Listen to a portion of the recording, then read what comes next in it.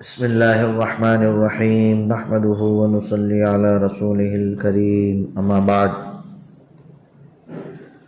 قال الله سبحانه وتعالى في كلامه المجيد ونفخ في الصور فصعق من في السماوات ومن في الأرض إلا من شاء الله ثم نفخ فيه أخرى فإذا هم قيام ينظرون وقال النبي صلى الله عليه وسلم سبعة يظلهم الله في ظل يوم لا ظل إلا ظله الإمام العادل وشاب نشأ في عبادة ربه ورجل قلبه معلق في المساجد إلى آخر الحديث أو كما قال النبي عليه الصلاة والسلام رب اشرح لي صدري ويسر لي أمري واحلل عقدة من لساني يفقهوا قولي اللهم صل على سيدنا مولانا محمد في أول وأوسط وآخر كلامنا. محترم بھائیوں، بزرگوں اور عزیز ساتھیوں، گزشتہ جمعہ آپ حضرات کے سامنے قیامت کی سخت دھوپ اور گرمی میں جو لوگ ہوں گے اپنے اپنے پسینے میں تیر رہے ہوں گے اور سورج کو 1-2 میل قریب کر دیا جائے گا. ایسے میں اللہ تبارک و تعالی 7 لوگوں کو اپنے عرش کا سایہ نصیب کریں گے. ان میں پہلا شخص امام عادل ہے، اور امام عادل کے تعلق سے آپ حضرات کے سامنے بہت ساری باتیں سامنے آئی ہیں کہ امام عادل کی صفات کیا ہیں. قرآن اور حدیث کی روشنی میں کچھ باتیں ہم نے آپ حضرات کے سامنے رکھی، اور آخر میں حضرت فقی ابو اللیث سمرقندی رحمۃ اللہ علیہ، جو تنبیہ الغافلین کے بہت بڑے مصنف ہیں، ان کی کتاب سے کچھ باتیں آپ حضرات کے سامنے پیش کی تھیں کہ جناب محمد رسول اللہ صلی اللہ علیہ وسلم نے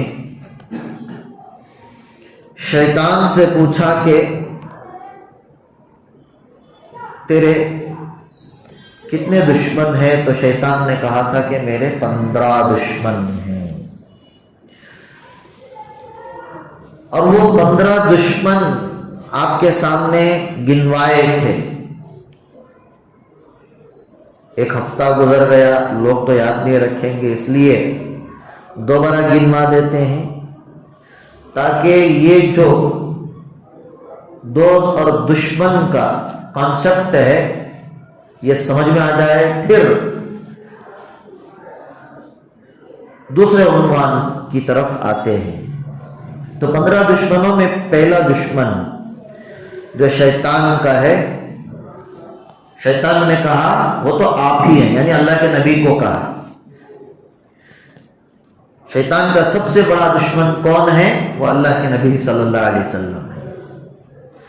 شیطان کا جو دوسرا دشمن ہے وہ عادل بادشاہ ہے. شیطان کا جو تیسرا دشمن ہے وہ متواضع مالدار ہے، لیکن اپنے مال کی وجہ سے اس کے اندر کبر نہیں ہے، تکبر نہیں ہے. شیطان کا جو چوتھا دشمن ہے وہ سچا تاجر ہے.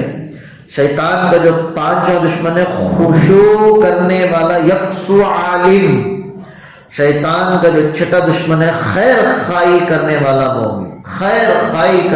مومن. شیطان کا جو 7واں دشمن ہے رحم دل اور نرم دل انسان. رحم دل، نرم دل. شیطان کا جو 8واں دشمن ہے توبہ کر کے ثابت قدم رہنے والا. توبہ کر لیا پھر گناہ نہیں کر رہا ہے، ثابت قدم رہ گیا، میں گناہ نہیں کروں گا. شیطان کا جو 9واں دشمن ہے حرام سے پرہیز کرنے والا، حرام سے. شیطان کا جو 10واں دشمن ہے ہمیشہ طہارت میں رہنے والا مومن. ہمیشہ طہارت ہیں. شیطان کا جو 11واں دشمن ہے کثرت سے صدقہ کرنے والا مومن. کثرت سے بولو بھائی، کثرت سے صدقہ کرنے والا مومن. اس لیے کہ صدقہ ایک ایسی چیز ہے کہ اللہ کے غصے کو بھی صدقہ ٹھنڈا کر دیتی ہے. صدقہ ایک ایسی چیز ہے کہ اللہ اگر غیظ و غضب میں ہو، جلال میں ہو، تو اللہ کے غصے کو بھی یہ صدقہ ٹھنڈا کر دیتا ہے. شیطان کا جو 12واں دشمن ہے لوگوں کے ساتھ اچھے اخلاق سے پیش آنے والا مومن. اچھے اخلاق، گڈ کیریکٹر. گڈ کیریکٹر اس کی بڑی کمی ہے آج مسلمانوں میں. اچھے اخلاق آج مسلمانوں میں بہت ہی کم پائے جاتے ہیں. اللہ کے نبی صلی اللہ علیہ وسلم کی گزشتہ جمعہ میں یہ حدیث سنائی تھی، بعثت لیتمم مکارم الاخلاق، کہ اللہ کے نبی کو اللہ نے جو دنیا میں بھیجا ہے وہ بہترین اخلاق دے کر بھیجے. اللہ کے نبی کے اخلاق کو دیکھ کر ہی بڑے بڑے دشمنوں نے کلمہ پڑھ لیا. بڑے بڑے دشمن اللہ کے نبی کے عاشق ہو گئے. بڑے بڑے دشمن اللہ کے نبی کی خدمت میں آ گئے، سرنڈر ہو گئے. اچھے اخلاق. اور شیطان کا جو 13واں دشمن ہے لوگوں کو نفع پہنچانے والا مومن. نفع، خیر الناس من ينفع الناس، لوگوں میں سب سے بہترین انسان وہ ہے جو لوگوں کو فائدہ پہنچائے. آج اس کا الٹ، آج اس کا الٹا ہو رہا ہے. آج اس کا الٹا ہو رہا ہے کہ مسلمان کی تو پہچان شان یہ تھی کہ کوئی یہ دیکھتا کہ یہ مسلمان ہے تو اس کے دل میں پہلی جو بات آتی وہ یہ تھی کہ یہ مسلمان وہ ہے کہ جو اپنی ذات سے لوگوں کو فائدہ پہنچاتا ہے. فائدہ. آج جو گلوبل لیول پر مسلمانوں کی جو بدنامی ہو رہی ہے ان میں ایک بڑی وجہ یہ ہے کہ آج جہاں مسلمان اپنی ذات سے لوگوں کو فائدہ پہنچاتا تھا، اپنی ذات سے نقصان ہی نقصان پہنچا رہا ہے. نقصان ہی نقصان پہنچا رہا ہے. اپنے کردار سے، اپنے عمل سے، اپنے کیریکٹر سے، اپنے اخلاق سے آج مسلمان اپنی طرف سے لوگوں کو فائدہ نہیں نقصان پہنچا رہا ہے. بلکہ اللہ کے نبی نے فرمایا سب سے بہترین مسلمان وہ ہے جو لوگوں کو اپنی ذات سے نفع پہنچائے، اور یہ شیطان کو پسند نہیں ہے جو اپنی ذات سے لوگوں کو فائدہ پہنچائے. نمبر 14 شیطان کا جو 14واں دشمن ہے وہ کون ہے؟ قرآن کریم کی ہمیشہ تلاوت کرنے والا. آج مسلمانوں نے اس طرف بھی اپنے اندر بڑی کاہلی اور سستی سے کام لیا ہے. قرآن کریم کی تلاوت آج مسلمانوں میں نہیں ہے. وہ تو قرآن آیا تھا یہدی للتی ہی اقوم بن کر، وہ تو قرآن آیا تھا وَهَذَا كِتَابٌ أَنزَلْنَاهُ مبارک بن کر، وہ تو قرآن آیا تھا عظیم بن کر، مبین بن کر، وہ تو قرآن آیا تھا عربی بن کر. اس قرآن کو ہم نے آج بس ایک ایصال کتاب کی ایصال ثواب کی کتاب سمجھ لیا ہے. اس قرآن کو ہم نے اپنے رسم و رواج کے لیے استعمال کرنے کی حد تلک رکھ لیا ہے. اس قرآن کو ہم نے اپنے دکان اور مکان کی افتتاح کے خاطر رکھ لیا ہے. اللہ کہتے ہیں یہ کتاب صرف مبارک ہی نہیں، فاتبعوا، اس کو تم فالو کرو، اس کی تم پیروی کرو گے، اس کے احکامات پر عمل کرو گے، اللہ تم پر رحم کریں گے، اللہ تم پر رحم کریں گے. آسمان والا تم پر رحم کرے گا، زمین والوں کو ہمت نہیں ہوگی تم پر ظلم کرنے کی. قرآن کی تلاوت سے آج امت مسلمہ کا ایک بہت بڑا طبقہ محروم ہے. اللہ کے نبی صلی اللہ علیہ وسلم کو اللہ تبارک و تعالیٰ نے دنیا میں جو 4 مشن دے کر بھیجے تھے، حضرت ابراہیم علیہ السلام نے اپنی دعا میں ان جو 4 چیزوں کو مانگا تھا، ربنا وابعث فیہم رسولا منہم یتلو علیہم، اللہ کے نبی کا پہلا جو مشن تھا کہ آپ تلاوت القرآن کے ذریعے لوگوں میں ہدایت کا کام کریں گے۔ تلاوت قرآن امت مسلمہ کا پہلا مشن ہے، نبی کا پہلا مشن ہے۔ آج بتائیے کتنے لوگوں کو قرآن پڑھنا آتا ہے؟ اگر پڑھنا بھی آتا ہے تجوید سے نہیں آتا ہے۔ ہائے افسوس، یہ قرآن کا ہمارے ساتھ تعلق ہے۔ شیطان بڑا خوش ہے اس مسئلے کو لے کر، شیطان اپنی اس تحریک میں کامیاب ہو چکا ہے کہ اتنی بڑی تحریک شیطان چلا رہا ہے کہ لوگوں کو قرآن کریم کی تلاوت سے دور کر رہا ہے۔ تلاوت القرآن یہ اللہ کے نبی کا پہلا مشن ہے دوستوں۔ اللہ کے نبی کا پہلا مشن کیا ہے بولو؟ قرآن کریم کے اندر جگہ بجگہ یہ چیز درج ہے۔ پہلا پارہ آپ اٹھا کر دیکھیں، سورہ بقرہ کی یہ آیت میں آپ کو پڑھ کے سنا رہا ہوں۔ یہ حضرت ابراہیم علیہ السلام اللہ کے خلیل کی دعا بھی ہے۔ اللہ کے خلیل نے دعا کی، اللہ نے آپ کی دعا کو اللہ کے نبی کے حق میں قبول فرمایا، اور آپ کو اللہ نے جو پہلا مشن دے کر دنیا میں مبعوث کیا وہ تلاوت القرآن ہے، قرآن کی تلاوت ہے۔ ہم لوگ صرف قرآن کی تلاوت، کوئی مر جائے تو قرآن کو کھولتے ہیں، اگر کسی دکان کی افتتاح کرنا ہو، کسی مکان کی افتتاح کرنا ہو تب ہمارے گھروں کا قرآن کھلتا ہے۔ اگر کسی کی شادی بیاہ ہو رہی ہے، ایک رسم کے طور پر بچی کو نیا قرآن دے کر ہم لوگ بھیج دیتے ہیں۔ اس کے علاوہ روزانہ مسلمانوں میں عادت نہیں ہے کہ وہ کھولیں قرآن کریم کی تلاوت کریں، مسلمانوں میں یہ عادت اور یہ معمول نہیں ہے۔ قرآن کریم سے ہمارا تعلق اور شغف نہیں ہے، قرآن کریم سے محبت نہیں ہے۔ بڈھے بڈھے ہو گئے، داڑھ جھڑ گئے، قرآن پڑھنا نہیں سیکھا انہوں نے۔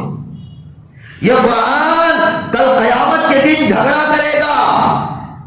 شوہر کے بیوی پر حق ہے، بیوی کا شوہر پر حق ہے، والدین کے بچوں پر حقوق عائد ہیں، بھائی کا بہن پر حق ہے۔ ہر مسلمان کا کسی نہ کسی سے اپنا ایک حق جڑا ہوا ہے۔ یاد رکھیں قرآن کا بھی حق ہے، قرآن کا یہ حق ہے کہ سال میں 2 مرتبہ قرآن کریم کو مکمل پڑھنا چاہیے۔ یہ قرآن کریم کا حق ہے۔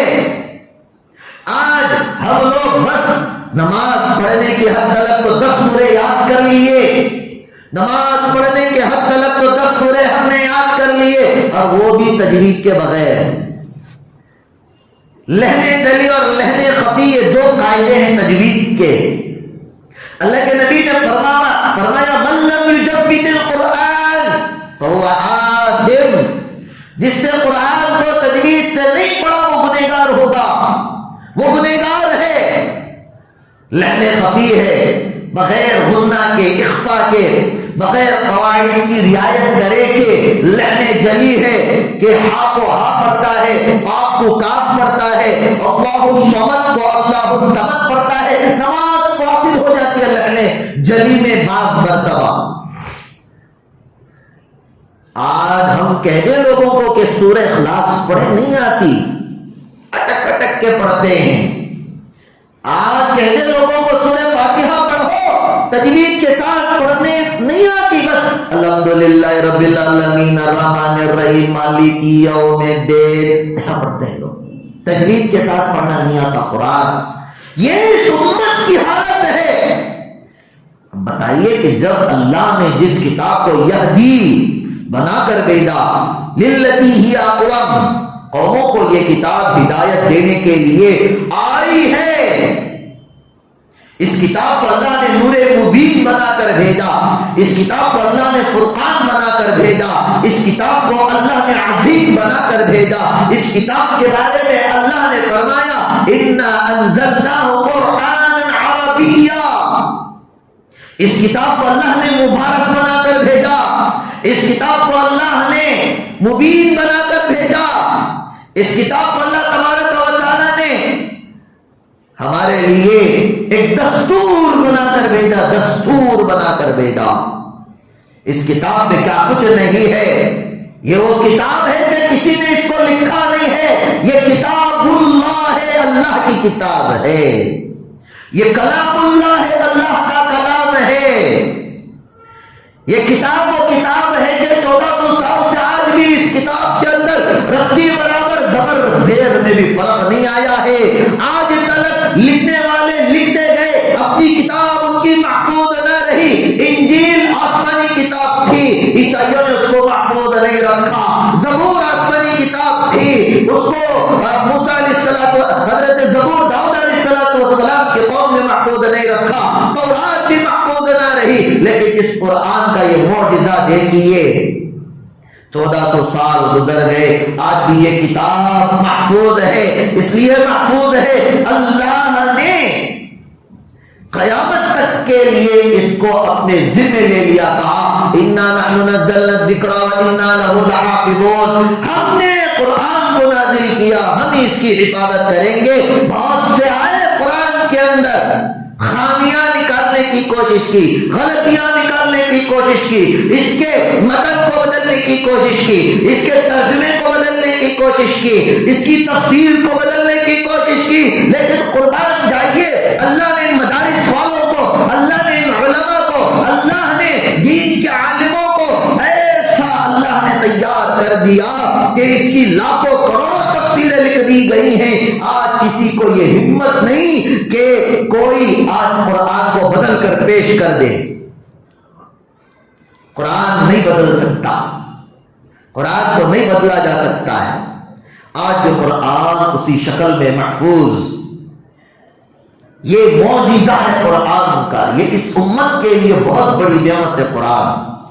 اس امت کے لیے قرآن کیا ہے، بولو، بہت بڑی نعمت ہے، عظیم نعمت ہے۔ قرآن کو پڑھو مسلمان، پڑھو قرآن کو، اٹھاؤ روزانہ۔ کتنا واٹس ایپ دیکھتے ہیں، کتنا فیس بک دیکھتے ہیں، ہم لوگ کتنا سوشل میڈیا میں اپنا وقت برباد کرتے ہیں۔ کیا مسلمانوں کے پاس 10 منٹ نہیں ہے، 5 منٹ نہیں ہے مسلمانوں کے پاس کہ وہ قرآن کو کھولیں اور 1 رکوع 2 رکوع پڑھیں؟ آج مسلمانوں کے پاس اتنا وقت نہیں ہے۔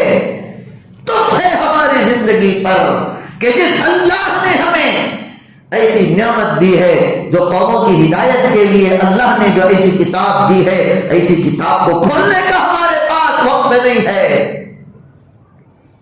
5 منٹ نہیں ہے، 10 منٹ نہیں ہے، سال میں 2 مرتبہ مسلمان قرآن کو مکمل نہیں کر سکتا۔ یہ قرآن کا حق ہے۔ اگر کسی مسلمان نے اس حق کو ادا کرنے میں کاہلی برتی، سستی برتی، تو قیامت کے دن تم تہجد گزار بن جاؤ، تم حاجی صاحب بن جاؤ، تم امیر صاحب بن جاؤ، تم روزے دار بن جاؤ، تم صوم و صلاۃ کے کتنے بڑے پابند بن جاؤ، اگر تم نے قرآن کے حق کو ادا نہیں کیا، کل یہ ساری چیزیں تمہارا ساتھ نہیں دیں گی۔ قرآن ایک طرف کھڑا ہو جائے گا، کہے گا اے اللہ، الماری میں پڑا تھا، ساری چیزیں کے لیے اس کے پاس وقت ہوتا تھا، مجھے کھول کر پڑھنے کے لیے اس کے پاس وقت نہیں ہوتا تھا۔ قرآن جھگڑا کرے گا، اپنا حق مانگے گا، سب کی شفاعت ہو جائے گی، لیکن قرآن کے حق کو ادا کیے بغیر ہم جنت میں جا نہیں سکتے۔ آج امت مسلمہ کو شیطان قرآن کی تلاوت سے دور کر رہا ہے، شیطان دور کر رہا ہے۔ 14واں جو دشمن ہے شیطان کا، وہ کون ہے؟ وہ کون ہے؟ بولو بھائی، قرآن کریم کی ہمیشہ تلاوت کرنے والا 14واں دشمن یہ شیطان کا۔ اور 15واں جو دشمن ہے وہ کون ہے؟ رات میں سے وقت میں اٹھ کر تہجد پڑھنے والا، جب سو گئے، سب سو گئے۔ اللہ تمام کو تہجد گزار بننے کی توفیق نصیب فرمائے۔ اب اللہ کے نبی صلی اللہ علیہ وسلم نے پھر شیطان سے سوال کیا کہ اچھا تیرے تو 15 دشمن تو نے واضح کر دیے، اب بتا کہ تیرے دوست کون ہیں؟ دوست، شیطان کے دوست، دشمن تو معلوم ہو گئے، اب دوست بھی معلوم ہونا نا۔ تو شیطان نے کہا کہ میرا پہلا دوست ظالم بادشاہ ہے، ظلم کرنے والا، بیوی پر ظلم کرنے والا، بچوں پر ظلم کرنے والا، اڑوس پڑوس پر ظلم کرنے والا، مظلوموں پر ظلم ڈھانے والا، ظالم، یہ شیطان کا دوست ہے۔ نمبر 2، متکبر مالدار، جو تکبر کرتا اپنے مال پر، جیسے قارون نے تکبر کیا، اپنے مال کے ساتھ دھسا دیا گیا۔ متکبر مالدار شیطان کا دوست، خیانت کرنے والا اور جھوٹا تاجر، جھوٹ بول کر کاروبار کرنے والا شیطان کا دوست، شرابی شیطان کا دوست، شراب پینے والا۔ بہت ساری شرابیں لیبل بدل کر آج مارکیٹ میں آ رہی ہیں، اس میں بھی نشہ ہوتا ہے، لیکن لوگ انرجی ڈرنک کے نام سے پینے لگے ہیں۔ کس نام سے بھی بولو، انرجی ڈرنک کہتے ہیں۔ بہت سارے ہمارے نوجوان جم جاتے ہیں باڈی بنانے کے لیے، کیا کچھ کھا رہے ہیں بلا بدتر، پتہ ہی نہیں، حرام کی غذا ہے، حرام اس پاؤڈر میں ملا ہوا ہے، اس پاؤڈر کی تحقیق نہیں ہوتی، اس انرجی ڈرنک کی تحقیق نہیں ہوتی، بس پی رہے کھا رہے ہیں، کیوں؟ باڈی بنانا ہے۔ اور یہ باڈی اس لیے بن رہی ہے، ایک نمائش کی چیز ہو گئی باڈی بنانا، جبکہ صحت بنانے کا حکم ہے قرآن، وَأَعِدُّوا لَهُم مَّا اسْتَطَعْتُم مِّن قُوَّةٍ۔ تم ہر ہمیشہ تیار رہو، ایکسرسائز کرو، صحت بناؤ۔ پہلے زمانے میں انسان جو صحت بناتا تھا، باڈی بناتا تھا، ایکسرسائز کرتا تھا، گھڑ سواری کرتا تھا، تلوار بازی اور پھر تیراکی، اس زمانے میں جو کھیل ہوا کرتے تھے۔ اب تو بہت سارے سپورٹس نئے آ چکے ہیں۔ نیت یہی ہوتی تھی کہ بس میں بیمار نہ رہوں، میں اللہ کی اس دی ہوئی نعمت کو، صحت کو بچا کر رکھوں، میں کمزوروں کے کام آؤں، میں مظلوموں کا اس سے دفاع کر سکوں۔ لیکن آج جو صحت بن رہی ہے، باڈی بنا رہے ہیں، اس کا مقصد صرف اور صرف کیا ہے؟ ٹائٹ ٹی شرٹ پہننا، ٹائٹ جینس پینٹ پہننا، سارے اعضاء کی نمائش کرنا، ماڈلنگ کرنا، اور پھر لڑکیوں کو پٹانا۔ اس کے علاوہ کوئی اور مقصد نہیں ہے۔ باڈی بنانے کا یہی مقصد ہے آج نوجوانوں کا، اللہ حفاظت فرمائے۔ تو یہ شیطان کا کون ہے بھی بولو؟ دوست ہے، شرابی۔ نمبر 5، چغلی کھانے والا، چغلی کرنے والا، اس کی چغلی، اس کی چغلی۔ خصوصاً یہ عادت عورتوں میں بہت زیادہ ہوتی ہے۔ عورتیں اگر ایک جگہ جمع ہو جائیں تو ان کی کوئی مجلس چغلی سے خالی نہیں، اس کے بارے میں برائی، اس کے بارے میں برائی، انہوں ایسی ساڑی پہنے، انہوں ایسا مال پہنے، ایسا میک اپ کر کو آئے، انہوں یہ بولے، انہوں وہ بولے، وہ پڑوسی ویسی، یہ پڑوسی ایسی۔ عورتوں میں بہت زیادہ ہے چغلی، مردوں میں بھی ہے، نہیں بول کر نہیں۔ تو اس لیے چغلی سے بچنا چاہیے۔ چغلی کھانے والا شیطان کا دوست ہوتا ہے، یتیم کا مال کھانے والا شیطان کا دوست ہوتا ہے۔ نمبر 8، نماز میں لاپرواہی کرنے والا، نماز کو وقت پر ادا نہیں کرنے والا شیطان کا دوست ہوتا ہے۔ اپنے مال میں سے زکوٰۃ نہ دینے والا، زکوٰۃ ادا نہ کرنے والا شیطان کا دوست ہوتا ہے۔ اور نمبر 10، شیطان کا 10واں جو دوست ہے وہ ہے کہ جس کی امیدیں بہت لمبی لمبی ہوں۔ ابھی ایکٹیوا پر چل رہا ہے، بڑی امید لے کر چلتا ہے کہ اس کے بعد میں مرسڈیز بینز خریدوں گا۔ مرسڈیز بینز پر چل رہا ہے، بڑی امید ہوتی ہے کہ اس کے بعد میں فراری لوں گا، اس سے اور بڑی گاڑی لوں گا، بس اسی میں اپنی پوری زندگی گزار دی۔ عیش و عشرت پانے کے لیے، راحت پانے کے لیے، دنیا میں اپنے آپ کو بہتر بنانے کے لیے، جس کی امیدیں لمبی لمبی گزر گئیں، جس نے اپنی زندگی امیدوں میں گزار دی، جو امیدوں میں ہی جیتا ہے، جو امیدوں میں ہی دنیا میں آیا ہے، بس یہ بھی شیطان کا دوست ہے۔ تو میرا عزیز ساتھی، ہمیں اللہ تبارک و تعالیٰ سے دعا کرنا ہے کہ ہمیں اللہ تبارک و تعالیٰ کی رضا کے لیے جینا ہے، رب چاہے زندگی کرنا ہے، رب نے جیسے مجھے جو دے دیا، جو کھلایا، جو پلایا، میں اپنے اس رب سے راضی ہوں، بس رب میرے سے راضی ہو جائے۔ یہ امام عادل کی تحت کچھ تفسیر آپ کے سامنے آئی ہے۔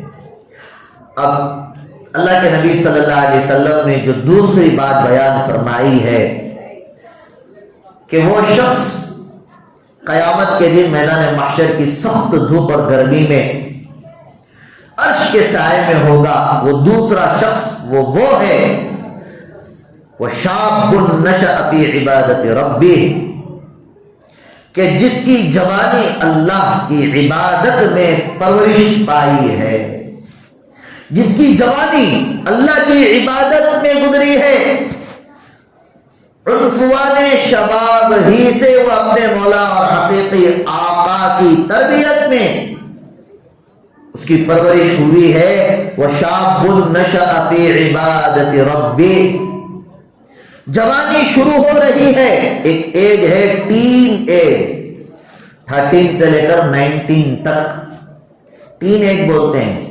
یہ ایسا دور ہوتا ہے، ایسا دور ہوتا ہے، یہ 7-8 سال کا یہ جو دور ہے، ٹین ایج کا یہ جو دور ہے، بڑا خطرناک دور ہے۔ اس میں بچہ یا تو بنتا ہے یا تو بگڑتا ہے، اور ماں باپ کو اسی دور میں بچوں کی کڑی نگرانی کرنے کی ضرورت ہے۔ اسی لیے اللہ کے نبی صلی اللہ علیہ وسلم نے قاعدے بیان کیے ہیں۔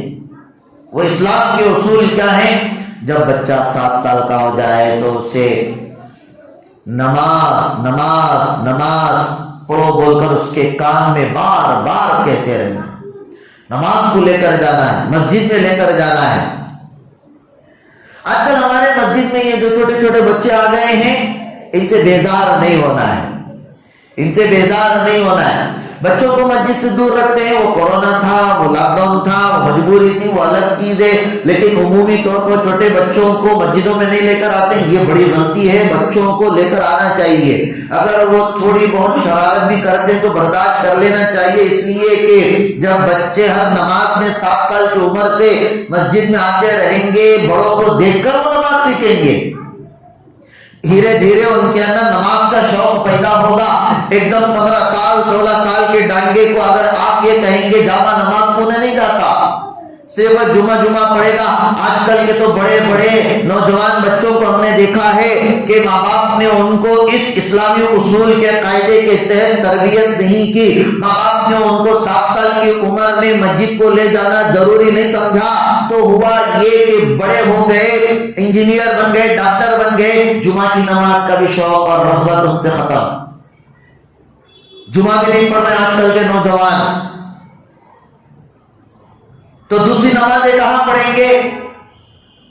اللہ کے نبی صلی اللہ علیہ وسلم نے پھر کہا کہ 7 سال کا ہو جائے تو بستر سے الگ کر دو، بہن بھائی کو اب ایک بستر میں نہیں سلا سکتے، باپ اس کے کمرے میں اس کی اجازت کے بغیر، لڑکی ہو تو جا نہیں سکتا ہے، لڑکا ہے تو اسے روزانہ نماز کی تلقین کرو، نماز کو لے کر آؤ، غصہ کرو، آنکھیں دکھاؤ۔ 10 سال کے بعد اگر انہیں مسجد کو نہیں آتا ہے تو اسے زدوکوب کرو، اسے مارو، یہ اللہ کے نبی نے کہا ہے، یہ اللہ کے نبی نے کہا ہے۔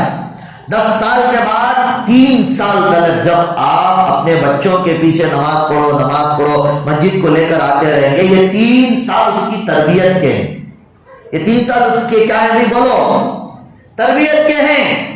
یہ 3 سالوں میں اس کی تربیت کس کے ذمہ ہے؟ کس کے ذمہ؟ ماں باپ کے۔ باپ نمازی رہا تو بچہ بھی نمازی ہوتا، باپ بھی نہیں آیا تو بچہ کیسے آتا؟ جو باپ نمازی ہے تو اس کی یہ ذمہ داری ہے کہ وہ اپنے بچے کو 7 سال کی عمر سے مسجد میں پابندی کے ساتھ پنجگانہ نماز کو لے کر آئے، اور پھر وہ جب 10 سال کا ہو جائے تو پھر ایک نماز چھوڑنے پر اسے مارا جائے، تنبیہ کی جائے، مارا جائے۔ مارنے کا بھی کانسیپٹ، مارنے کی بھی لیمٹ بتا دی ہے۔ آج لوگ غصے میں ایسا مار دیتے ہیں، ہاتھ پیر توڑ دیتے، دادا توڑ، ایسا نہیں مارنا۔ مار ایک چھڑی یا مار کال پر نہیں مارنا، یہاں مار دیا تھوڑا بہت، باپ کو مارنے کا حق ہے، ایسا مار نہ ماریں گے جسے زخم آ جائے، یہ دوسری تفصیل ہے۔ لیکن میں یہ کہتا ہوں کہ بچہ 10 سال کی عمر میں 3 سال تک جب آپ اس کو نماز کی فکر دلائیں گے، 3 سال میں اس کو جو عادت پڑے گی زندگی بھر نہیں جائے گی وہ نماز چھوڑنے کی عادت۔ 7 سال کی عمر سے اب جب 10 سال کا ہو جائے تو وہ خود نمازی بن جائے گا، کبھی کبھار نماز چھوڑ رہا ہے تو اسے تنبیہ کریں گے، آپ ماریں گے تو پھر وہ ڈر سے نماز کا عادی بن جائے گا۔ جب وہ ٹین ایج میں پہنچے گا، 13 میں پہنچے گا، تو وہ جیسے جیسے اس کی نشو نما ہوگی، پرورش ہوگی، تو وہ نمازی بن جائے گا۔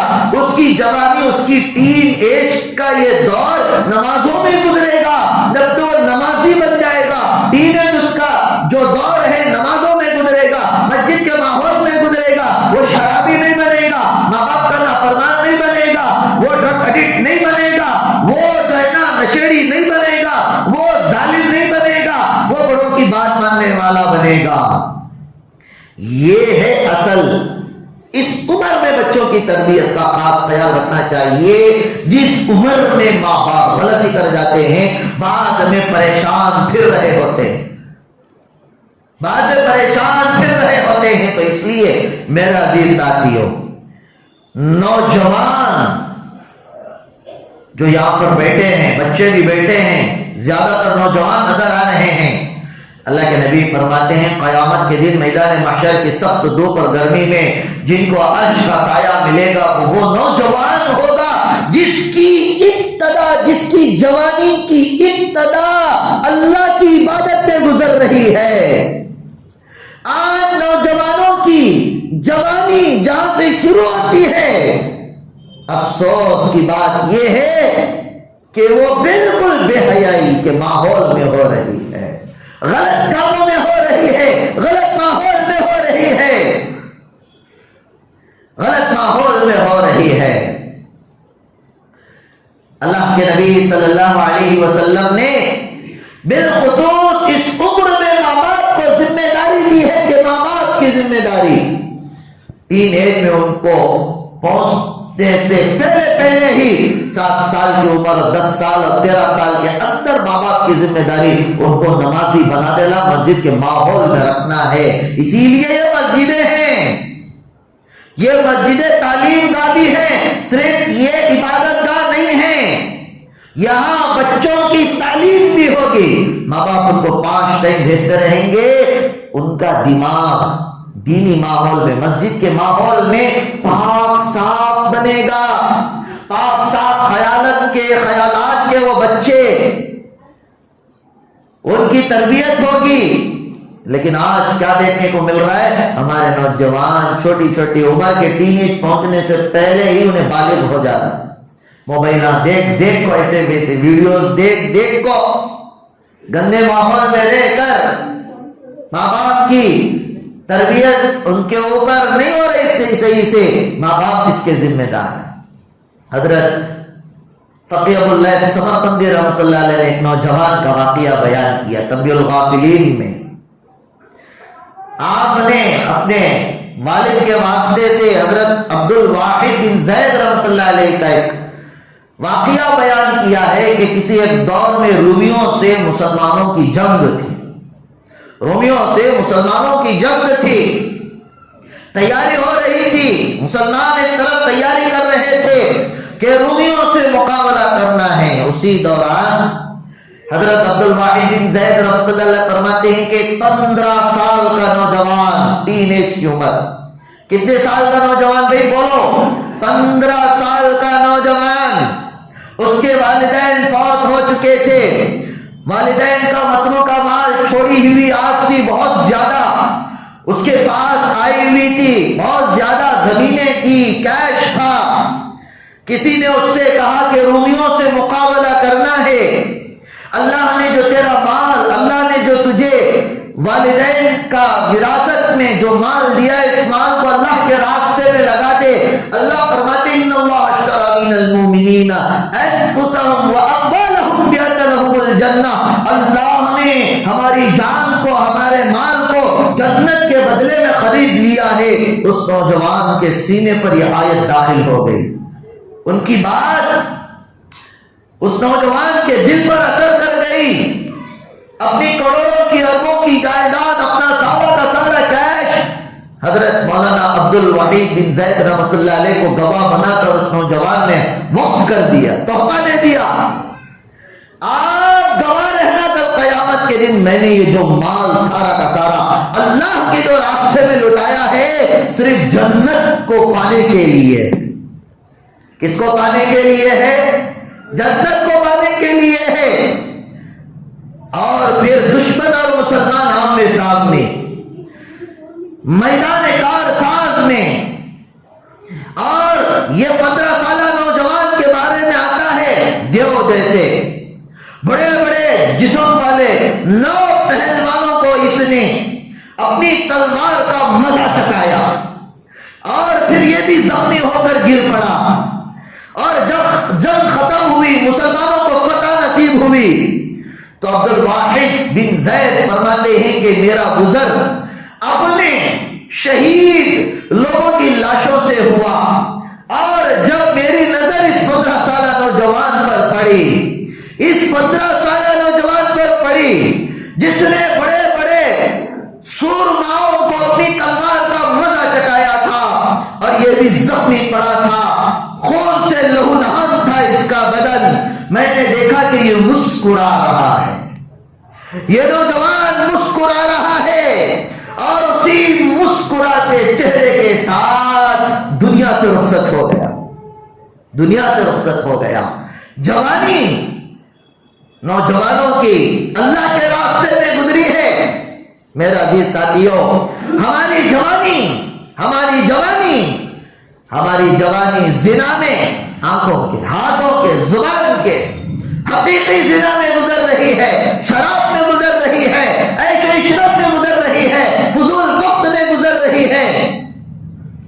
امام غزالی رحمۃ اللہ علیہ نے مکاشفۃ القلوب میں ایک عجیب و غریب واقعہ اور بیان کیا ہے. آپ فرماتے ہیں کہ ایک غلام ملازم نوجوان تھا، کسی کو ایک غلام ملازم نوجوان کی ضرورت تھی، تو اس نوجوان سے ملاقات ہوئی.